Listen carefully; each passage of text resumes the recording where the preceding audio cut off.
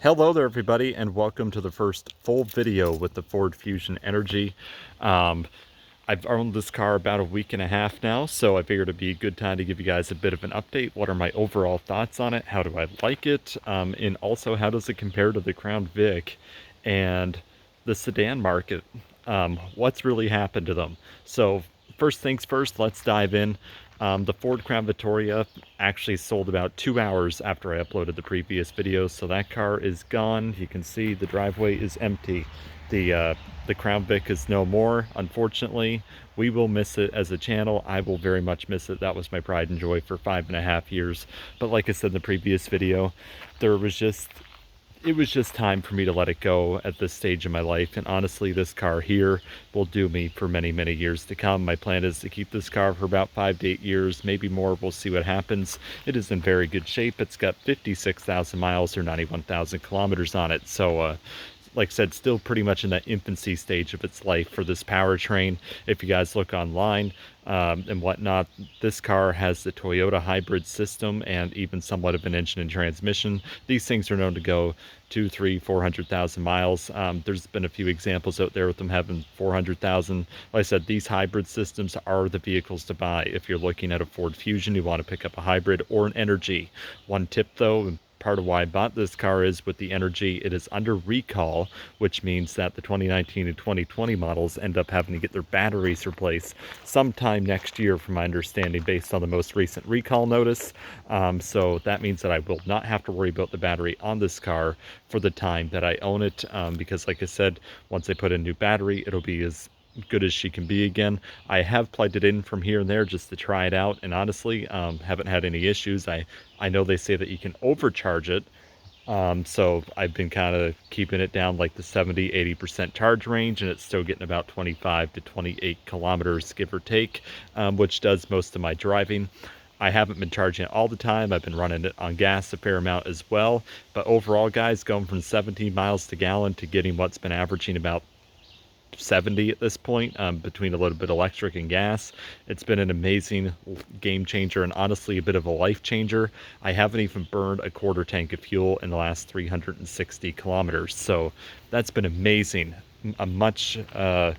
A huge upgrade in that department. Going to save so much money per year. It's going to save me, even without plugging it in, would save me about $2,600. So if you take into account the gas prices in Canada are $7 an hour or $7 a gallon, plus or minus 20 cents here and there. The fact I went from 17 miles per gallon to about 15,000 to 20,000 kilometers a year to 40. We'll just even say the 42 that this thing's rated for, which it does seem to get pretty easily if you're driving around town. Many times you'll get 50 miles per gallon of this thing, no problem, depending on the trip you're taking. On the highway, it gets about 39, I would say. So if you take that into account, honestly, that alone right there is $2,600 to $2,800 a year. And then if I'm plugging it in, we're talking about anywhere from a $3,000 to $3,400 a year savings. Times that by 10, that's over $30,000 in 10 years just in fuel alone. That's not taking into account the rust. That's not taking into account what will likely be fewer repairs just because the car is newer. And again, the hybrid system on here is pretty simple, and the rest of the car is also pretty simple as well. One thing I did check before I purchased it was the parts, the cost of parts. And honestly, I know everyone likes to talk about how cheap parts are on the Crown Vic. Maybe that's true in the United States, but here when I looked at Rock Auto for the parts, honestly, and even Napa, the parts on this, I would say, for like all your suspension parts, your brakes and all that stuff, are about a good 30 to 40% cheaper than what they run on the Crown Vic. So when a repair does happen, as far as suspension and that stuff goes, it's going to be cheaper on this. And honestly, that's a benefit. Part of it is because they made a heck of a lot of Fusions over the course of the last 7 or 8 years since this model has come out. But so that helps drive costs down too, as far as the parts go. But honestly, guys, like, the parts on this are a hell of a lot cheaper on average, so can't really complain about that. The brakes will hardly ever have to get done because it's a hybrid, so you really only got to replace them half as much as you do on a non-hybrid model, so it's got that going for it. But overall, guys, over the last week, I didn't think I'd love this car because I was very nervous about getting it compared to a Crown Vic, going from the old Land Yacht to this. But honestly, I have absolutely zero regrets picking up this car. I've been loving it. The ride on the highway is very quiet. The infotainment screen, very easy to use, and also on top of it, all the controls are right there for manual controls that you need for the most part. Pretty much all of them are right there. It's not some complicated, everything's on a touch screen system the way some of them are. Nope, everything's pretty much right there. This car is in great shape underneath, really has no rust at all, so don't have to worry about that. It and here's one thing to compare to the Crown Vic. If you were sitting in a Crown Vic seat, because yes, the Crown Vics do win as far as space and the seats go. So if you were sitting in a Crown Vic seat and it was placed in a Fusion in a Crown Vic and you were going down the road with a few cracks in the road here and there, you're not going to notice hardly any difference. The Crown Vic and Ford Fusion suspension actually feel very similar. The Ford Fusion, I will say, is a little bit more planted to the ground when it goes over them, but the suspensions on them are very, very similar. They're both pretty soft. They both ride over the bumps very smoothly. They both take them well. So quite frankly, if you're sitting in a Crown Vic or a Ford Fusion with the same seat, you really wouldn't be able to tell the difference. I know some people might hate me for saying that do love the Crown Vics, but it's the truth, guys. These things ride very smooth. They just do. They ride over the bumps very well. The only downside is this. They don't have a whole lot of ride height, unlike the Crown Vic. The Crown Vic was probably another good 2-3 inches up off the ground, so we'll see how it does in the wintertime, and of course I'll do another review then, once I get winter tires and everything. We have a snowstorm, but they ride very well. And if you want my personal opinion for a daily driver in 2024, and you might claim I'm biased or whatever, a Ford Fusion Hybrid is probably the smarter way to go at this point. So the upfront cost is a little bit higher, but you don't have a starter or an alternator or timing belt or anything like that to worry about. And like I said, these transmissions and engines have been shown to last a very, very, very long time. There's still plenty of like 2010 Fusion hybrids going. Even a lot of the 2013 models, when they did the redesign, these things have been known to be very, very robust. Maybe still not quite Toyota quality, but they've known to be very, very robust and last a very long time with minimal issues. So if you're looking for a car that's just going to be as reliable, I said reliable, not durable, and there's a reason for that, because a Crown Vic can take a curb. This thing will not be able to, so you kind of got to accept that when you get one. But if you're looking for a car that's very quiet, honestly, has tons of sound deadening, so you don't have to worry about hearing noise or a bunch of road noise from the outside, unlike the Crown Vic when you're on the highway. These are very quiet, even when the engine switches on, when it's going from hybrid to internal combustion engine mode. Very, very quiet and very, very smooth. You hardly hear the engine all unless you really, really, really get on it. And even then, it's still a fairly quiet car. So, in my personal opinion, due to the cost of gas, due to the fact that, and this really can apply mostly to people that live in the Northeast. So if rust is a problem, if gas is a problem, and winters are a problem, this will probably do a little bit better in winter than the Crown Vic just because it's front wheel drive, but again, has lower ride height, so we'll see. These are probably going to be a better daily driver and something that you're not going to have to worry about as much. Don't get me wrong, a Crown Vic is very reliable as a machine, but they're all 13 years old at this point, and a 13-year-old car is going to have more problems naturally. Crown Vics are, and like I said, Crown Vics are amazing machines. I'll never forget mine. I would own one again, albeit as a secondary car at this point, but I just don't have the means to do that. The other thing is, too, is I love the black paint on this. Very hard to keep clean, though, but I do love the black paint. It shines up very well. I actually just cleaned it up today, but I'm sure by tomorrow it'll probably look dirty again, but I love the black paint on it. Once you get it shined up, it looks great in photos, in my opinion, and even my Crown Vic had a great color with the gray on it, too. Wasn't a very common color on it, but the gray that I had on it, but it was a nice color.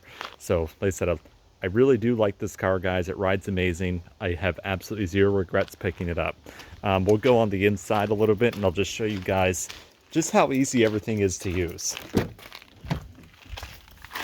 So this is the interior of the Ford Fusion. So you got a couple USB ports here. This is the infotainment screen the car isn't on right now. But here's everything you need. You got your heated seats here, which I can't wait to use in the wintertime. And I also have auto start now, which is nice. You got your sound to change, or to change your tracks. Your radio, your tune over there. your fans, your AC, everything's right here that you need, guys. Like, this is not some complicated infotainment screen. And even the Sync 3, very responsive. I have no trouble going from one screen to another. It's just boop, boop, boop, done. Down here, you have your park, reverse, neutral drive. A little bit different on the hybrid models. The non-hybrid Fusions have the the handle that you can pull it down. There's your park brake there. And then one trick with the Energi, so if you want to save your battery for later in the trip, let's say you're going on the highway when you wouldn't necessarily want to be in electric mode because it would use the battery up pretty quickly, you'd hit this button and on your screen over here it would show EV auto, which means it would turn the engine on during hard acceleration, EV only, so it would stay an electric vehicle only. Or you can do EV later, which means if you're going to take a long drive, you can switch it to save your battery towards the later end of the drive. So let's say you're going to be driving on the highway for an hour, then you're going to be downtown. You'd want to hit EV later, use the gas motor while you're on the highway, and then you would turn EV mode on once you get into the city, and boom, you're not using any gas once you're in the city. It's actually kind of a good feature to have. Overall, the interior in here is very, very, very clean. Like I said, guys, I have no complaints. The car is very comfortable. Even these seats have a lot of cushion. Like, it feels like there's memory foam in them. Honestly, like I said, they're still not Crown Vic seats, but they're very comfortable. I just have no regrets of getting this car whatsoever. And if you're somebody that's, you know, your Crown Vic is coming towards the end of its life, um, or just from rust or mechanical or whatever, maybe check out a Fusion Hybrid, because like I said, they are a car that depreciates a lot more just because it's got the Ford badge on it. And it's a sedan, or just a regular old sedan. So the other Fusions aren't known to be as reliable. The 2.5s do have more reliability, but like the EcoBoost motors and stuff aren't known to be as reliable. So they do, both with the transmission and the engine, so they do depreciate faster, and it takes this with it, which is great if you're going to be buying one because you can pick one up cheaper. So if you want to get a 2019 or 2020 here in Canada, you do get the $1,000 tax credit depending on your province as well. They run from the high teens to the low 20s, depending on the mileage. And honestly, that's not a bad price for the car you're getting. If you want to go out there and buy a RAV4 hybrid to compare, you're going to be spending $30,000 for the same year car or more, and have less features on top of it, and have less sound deadening and that stuff. So actually, like I said, if you're looking for a newer vehicle, this is probably the way to go. You could still get like 10, 15-year-old Camrys, but even those they're still wanting $13,000, $14,000 for. And quite frankly, in my opinion, no 12, 13-year-old car, daily driver car is worth 12, 13, or $14,000. So at least not one that's that old anyway. So like I said, I'm very happy that I picked this one up. I know the States, they go even cheaper. You can probably take another $3,000 or $4,000 off, and it makes a very good value for a car because you get all kinds of, you don't get a ton of tech, but you just get enough.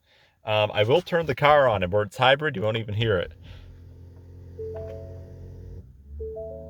So the car's on, AC starting, I don't need that, but the car's on, guys. This is it. She's running. You don't even hear it. That's it. So it's kind of cool. Oh, I turned the radio off. There we go. It's kind of cool that way. That kind of leads me into the final segment that I wanted to talk about in this video, and that was sedans. So sedans, in my opinion, are still a better value. Everybody wants an SUV or a crossover vehicle, and quite frankly, they're just not worth it. Everybody thinks you need all-wheel drive. You don't. I've just driven rear-wheel drive for the last 10 years, no problem. So like, you can pick up a sedan like this, and you can maybe compare it to a 2020 Camry. You can pick them up sort of the same price, give or take a couple $1,000s. Or you can go, so let's just say $21,000 is our flat rate. Let's say you're paying $21,000. A RAV4 of similar age and mileage is probably going to be another $9,000, $10,000. So you got to ask yourself, is that really worth it? And you get worse fuel economy. At the end of the day, it sucks that the sedan market has died off a lot. I believe Ford, if they kept going with the Fusion and redid it like they did for the Middle Eastern countries, and also the Taurus as well, like the Taurus looks great out there, so does the Fusion. it would have sold like hotcakes here, especially in a hybrid form. Look at the Toyota Camry that just came out this year. People are buying those up like candy. All hybrid, looks good. You know it's going to be reliable. It's got the old reliable powertrain under it. People are buying them up like candy. So I think sedans have died more so because manufacturers have forced it onto people to kill off sedans, because they make a bigger profit on the crossover vehicles, and it's just the way they want to do things. So I think that's why sedans have died more so than what the market has called for, because, and like I said, because of that, they've just let all these sedans, so like all these halfway decent sedans, be killed off, and they say, nope, we're just doing crossovers only. But like I said, guys, if you're in the market, definitely look at a Ford Fusion. I would very much suggest a hybrid or an Energi model. Pick up an Energi if you want one, and you know that you're going to be living somewhat close to work and you can plug it in. All it takes is a regular 12 volt. But just know that it is under recall, so technically you really shouldn't charge it until you replace the battery pack next year. So, I mean, I would definitely suggest a hybrid or an Energi Fusion, hands down. Very easy to drive. Nice car. Like I said, the only thing you really have to take into consideration is the fact that the trunk is smaller. It doesn't hold a ton. You could fit a couple of suitcases in here if you wanted to at most. So you just kind of got to be smart about it. Like, it wouldn't be something that you're going to take 5 people's suitcase and luggage in. That's the only downside. So other than that, you can make that trunk work no problem. So the car is in great shape. It's going to last me a long time. I'm going to miss the Crown Vic, of course. I'm still going to see it because I know the person that bought it, but I'll always miss the Crown Vic. That car was my pride and joy for 5.5 years. But if you want my personal opinion, if you live in a state or you live in a country like Canada with high gas prices, this is by far and away going to be your better daily driver, not only because of the fuel economy, but just because it's newer at this point. It's going to have less issues in general with a still very reliable powertrain, knock on wood, but they're known to be very reliable powertrains. And on top of that, you have tons of sound deadening, so if a very quiet ride is important to you, this is probably the way to go. And I have no regrets. And if you pulled me back 5 years and asked me if I was going to buy a Crown Vic again, darn right, I'd buy that exact same one that I did. I have no regrets about buying the Crown Vic either. That was a very fun car and very much enjoyed it. And to those of you that own Crown Vics, if you can, hold on to them. If they're getting to be a little too expensive to hold on to, then it might be time to look elsewhere. But like I said, guys, I do hope to continue updating these videos. I plan on putting the center caps on. I saved them for my Crown Vic. We're going to put them on the car for the winter once I get a set of steel rims and have the old Crown Vic center caps on there. But yeah, I think I'm still going to have fun with this car. I'm actually enjoying it a whole heck of a lot more than I thought I ever would. So that's good for me. And I'm not just saying that because I've owned it a week and a half. I intentionally wanted to wait to do this video for at least a week to be like, do I still like it in a week? And I really am enjoying it. I'm not going to say it's a fun ride, but it's a very nice car to just hop in and drive. So there you have it, folks. That's the 2020 Ford Fusion. I hope you guys will stick around the channel, even though it's not a Crown Vic and maybe not nearly as exciting. But again, it's been great doing these videos for the last 10 years. So I hope to continue it somewhat with the Fusion. Won't be as frequent, of course, and I don't expect the same amount of viewership or participation by any means, but it's always fun. Thank you all for watching, and see you all in the next one.